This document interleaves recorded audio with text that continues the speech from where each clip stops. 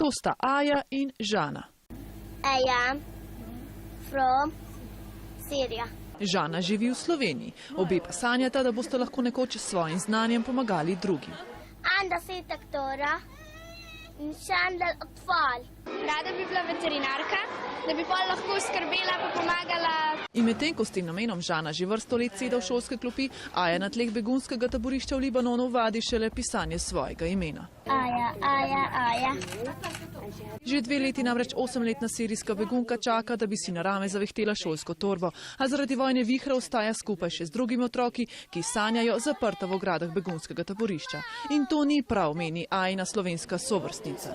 Potreben je, da se otroci v kriznih razmerah še naprej izobražujejo, ker jim to pol pomaga, da se vrnejo v normalno življenje. In to lahko dosežemo z inovativnimi pristopi, razlaga mlada ambasadorka. Naprimer na Madagaskarju so od ciklona podrto šolo obnovili z materiali odpornimi na viharje. V Bangladešu imajo posebne plavajoče šole na sončne celice, ki omogočajo otrokom s poplavnih območij, da nemoteno nadaljujejo s šolanjem. Si želim, da bi imeli vsi otroci možnost hoditi v šolo in jo tudi dokončati.